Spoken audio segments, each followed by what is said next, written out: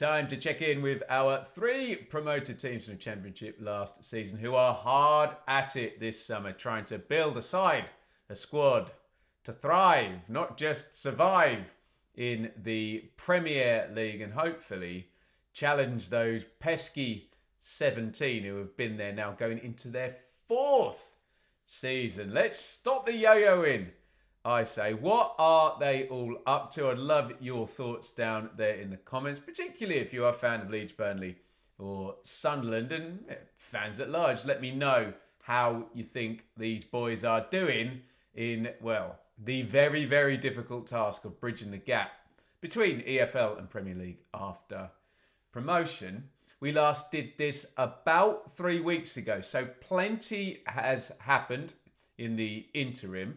Let's start with Leeds United, the champions from last year. Last time we spoke, they'd made a start and Biol and Nemecha had come in and we kind of thought, okay, that's a decent enough start. It was early then, it was right at the start of July, and a centre-back already ready to go and some depth to the striking position. Maybe they'll do something more before we start the season, Leeds, in terms of a number 9.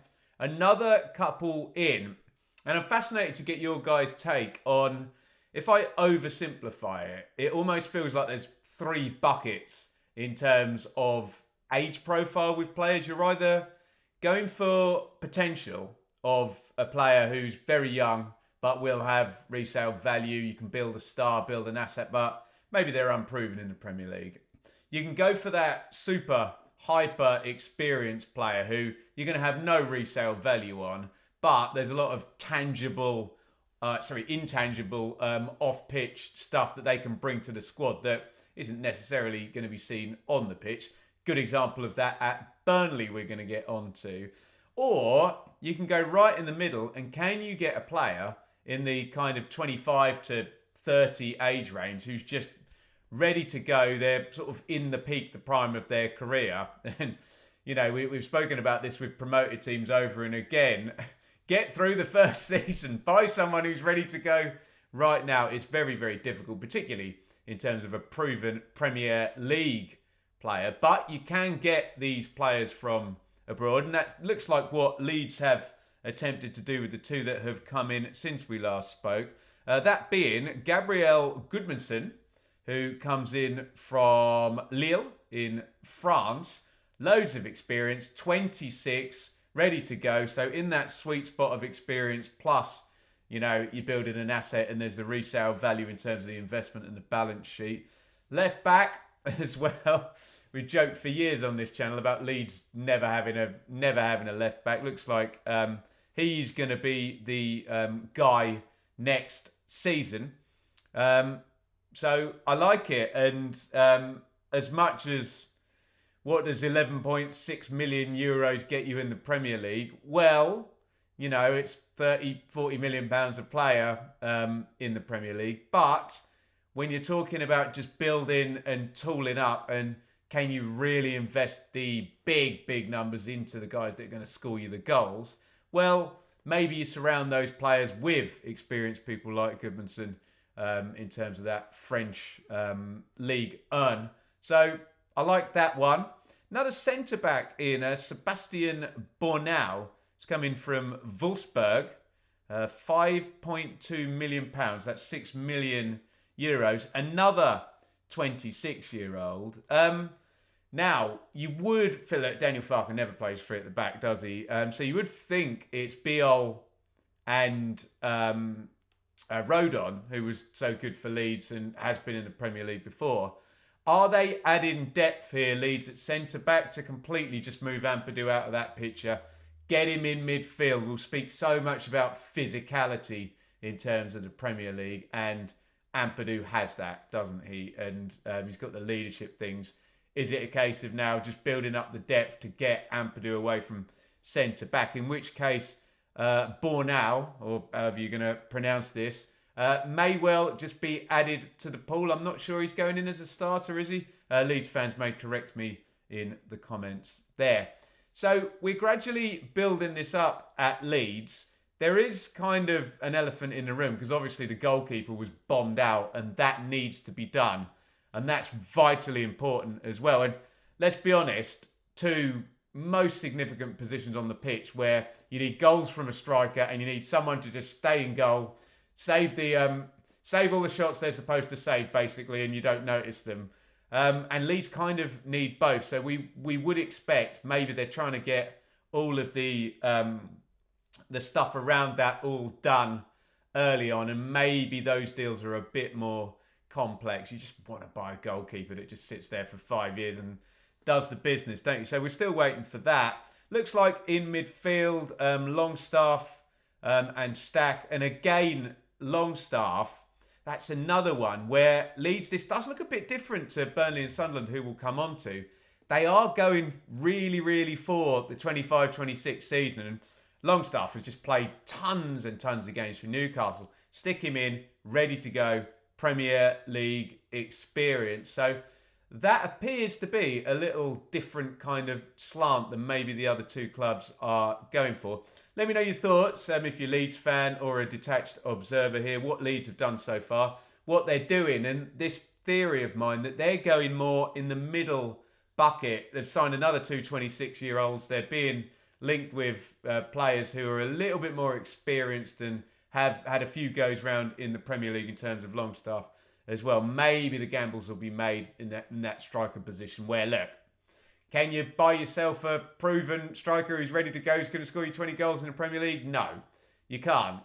If you're coming up from the Championship and you've got 2 years of Championship balance numbers on your PSR sheet, and what are Arsenal about to spend on Gyökeres, and what are the bids for Isak going to be? So it's a bit of a gamble, isn't it? And maybe that's what Leeds are going to have to do up top. Let me know your thoughts down there in the comments. We will move on to Burnley, who last time we spoke, I don't know, I was a little bit perturbed because it felt like Burnley had to get all the maintenance out the way, and it cost them a load of their budget as well. Fleming, Edwards, Anthony, Humphrey were all kind of there last season, and, you know, they don't necessarily fit the proven Premier League sort of type bracket, do they? But that's all by the by. They had done Weiss, who's a goalkeeper, and at that point we were very worried about this record-breaking defence all being kind of broken up. But James Trafford, is that going to get done? A Newcastle concern elsewhere now with Isak and what's the lad called?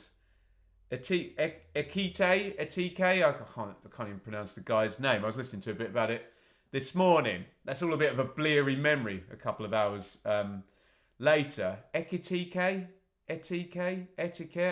Well versed in etiquette.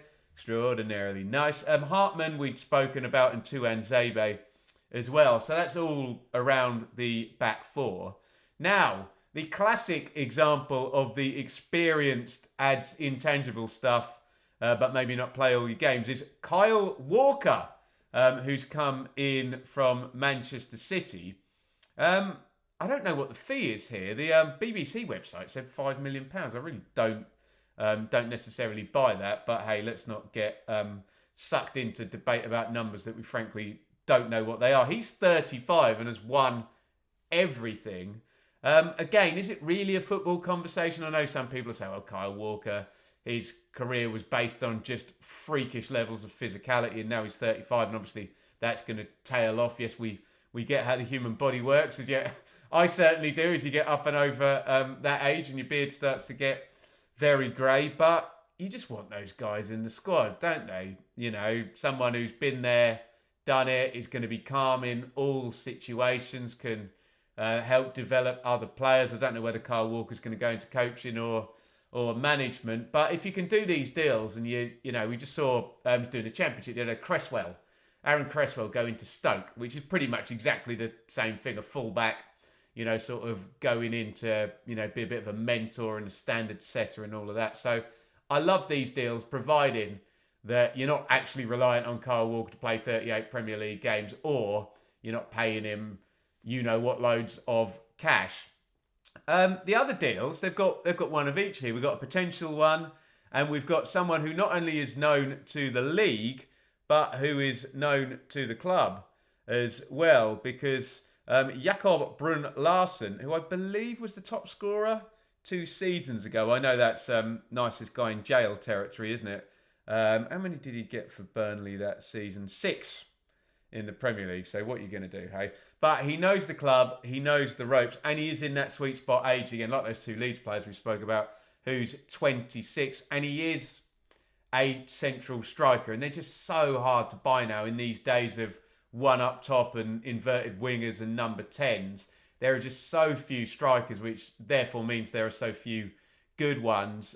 So, yeah, Brun Larsen makes a lot of sense. Is he going to score you 10, 15 goals? That's the target. And look, we have seen Liam Delap do that and Carlton Morris. Obviously, those teams went on to get relegated. But it's not impossible for strikers to pick up goals in teams that have been promoted recently. Here comes your little bit of, your gamble. You're bringing in a youngster to maybe become a saleable asset, and promoted clubs hate to hear this, but can this be a player that you can utilise if the worst happens and you do go down?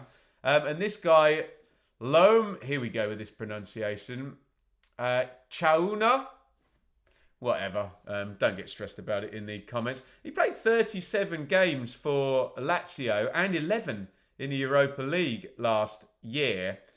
21 years old, French kind of right winger. And look, this is where you've got to spend your money if you are a promoted team. Spend the money on the players that can, score a goal in a hard situation, win you a tight game. It is so hard to win games for promoted teams in the Premier League. And we think you only need to win 10 and then get 5 draws and you're up towards that 35 points mark, and then you're in the lap of the gods hoping somebody else has had a collapso and you can get over the top. But yeah, that makes some sense. And how much has he come in for? We think 15 million euros, according to my iPad. Send my iPad a strongly worded letter if you disagree with that. So I'm kind of okay with what Burnley are doing. They're not throwing all their eggs into one particular basket. We're going to talk about Sunderland, who seem to be going one particular age. Leeds a bit more focused in the middle. Burnley spreading it out a little bit more. Let me know whether you think that is going to be of value to Scott Parker and the boys up at Turf Moor. Okay, Sunderland. Now, I'm already starting to smile because I'm actually enjoying what Sunderland are doing, because I said, look, when you get promoted out of nowhere, which Sunderland did, they were 16th and then they got promoted the next season. No, they're in the playoffs the season before, but let me just say that to illustrate my point before any Sunderland fans get particularly triggered in the comments. It's a compliment. I would say Ipswich got promoted out of nowhere. I would say Nottingham Forest got promoted out of nowhere as well. When you do that, it's really, really hard because you didn't have parachute money in terms of building up that squad base, asset base. You're not paying the types of salaries. So there's almost a little bit of okay, what are we going to do with all of this money? And what I said about Sunderland is I'd love to see them do what they have been doing, i.e. exotic signings from here, there and everywhere, who are all very young, and it worked out a treat in the end in the Championship. Whether that's viable in the Premier League, we'll find out. But that's what they're doing, and I've got to say, I'm here for it. You go, Sunderland. They've spent a bit of money now, so I don't know how much there is going to be left after this. But we've got 1, 2, 3, 4 big signings around that, probably averaging at over 20 million or thereabouts. Let's talk about, the only one we really spoke about last time was Enzo Lefebvre, and yeah, great player, but that was maintenance. They had him on loan last season, didn't they?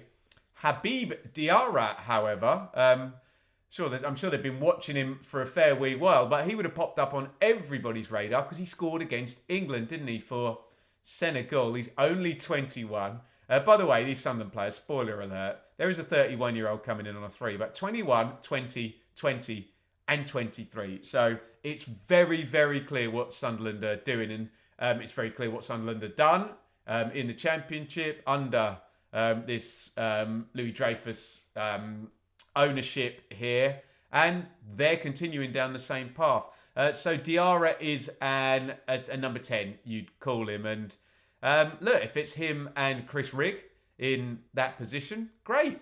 Club record signing, 31.5 million euros, and you've got a wonder kid and they can work together and sort of fill that position. Happy days. Sorted in the number 10 for Sunderland. And of course, he's 21. Plowed a load of money into him. Maybe he keeps them up and we move on next season. They're in the Premier League. Maybe he doesn't. I'm sure he'll be worth exactly the same or more being so young. Maybe he stays in the Championship. Probably not at a 31.5 million euro signature. If the worst happens and they do go down, which I'm afraid promoted teams fans is a possibility you have to entertain. But yeah, seems like a sound long-term investment. Moving on into central midfield, where remember Joe Bellingham played loads and he's gone out. They got money for him, good money out to Dortmund. Noah Sadiki is 20 years old. It's so young, these Sunderland players. It's tremendous, isn't it? He's come in for 17 million euros. And where's he come from? Union Saint Gilles. Is that Belgium? I think he's played a load of games. Nearly probably 150 games he's played as well for a 20-year-old. Absolutely fantastic. So yeah, in he comes. And what do they have there? Dan Neil and Joe Bellingham. So I guess would you take Dan Neil? This idea you don't take the heartbeat of Sunderland out with Neil and O'Neill. But hey, we will see what they do. Ronaldo is a 31-year-old left-back who's come in. No transfer fee has been paid. Their usual reminder that players that don't come with a transfer fee aren't necessarily free. It says centre-back here, but I went on the Sunderland website and they called him a left-back, which I don't particularly like because I'm a big fan of Dennis Serkin. But hey, you need two players for every position, and if these two can work together and Serkin can continue to be built up as an asset and as a player and continue his development, that works for me. Two more.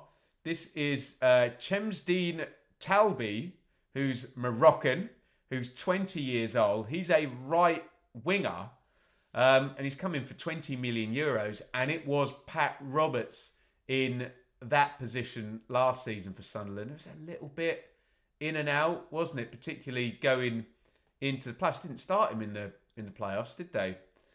In the end, Sunderland. So I'm guessing this guy's got the shirt, hasn't he? And Sunderland are building a starting 11. Again, I reiterate, in exactly the same way they did in the Championship, but they can do it for 20 million euros rather than 2 million euros, which is what they did jolly well in the Championship. Where's this lad come in from? Club Bruges.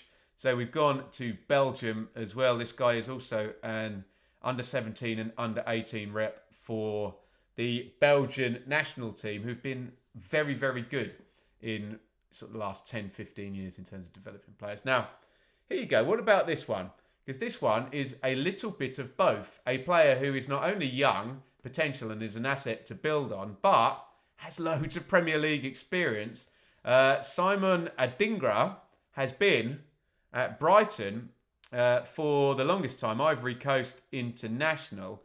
And let me see what these numbers say. 29 Premier League appearances last season, 31 the season before. I can do that maths. 60 Premier League appearances.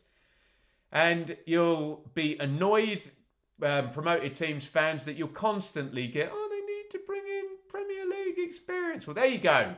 There's some. Shut up criticising these promoted teams. It's hard enough without this nonsense going on in the background. But yeah, in for 24 million euros. So is that the two wingers there in terms of Talbi and Adingra? And maybe, well, it could be the three off the front with Diarra. I'm sure it will be, given the combined spend of that lot is 44, 70 million, 75 million euros. I mean, yeah. Got Mayenda and Isidore. Can they do a striker? got enough money left to do that? We will find out with Sunderland. But yeah, I would probably be most enthusiastic about that. Although there's a little bit of, Leeds and Burnley going down the more, right, this is sensible, let's do this, proven, whereas Sunderland are just being Sunderland and, could work out that none of them settle and it's very difficult for these young lads to cope in the humstrum. Humstrum, is that a word? Of the Premier League. But yeah, I'm kind of enjoying that from Sunderland. I don't know how much more they've got to spend in terms of the PSR position and, the TV money coming in. But they've pushed the boat out a little bit and they have been very, very true to themselves, which sounds like a Love Island quote, doesn't it? I'm sure none of you are here for that nonsense. Let me know your thoughts in the comments on the transfer work by the promoted teams. Leeds, that's Goodmanson and Bornau in, but we're expecting more very soon there. And they seem to be going fairly proven and sweet spot age right in the middle. Burnley are mixing it about since we last spoke. Chauna, Walker and Brun Larson in. And Sunderland, here come the kids basically. Diarra, Siddiqui, Ronaldo, different obviously, Talbi and Adingra in. Let me know your thoughts down there in the comments. And if you're missing the Championship, if you're a fan of one of these sides, I'm sure you're missing the Championship if you're watching me, hey? Click up here and you can see the latest transfer goings on down in the wonderful, beautiful, best league in the world that you might just have departed.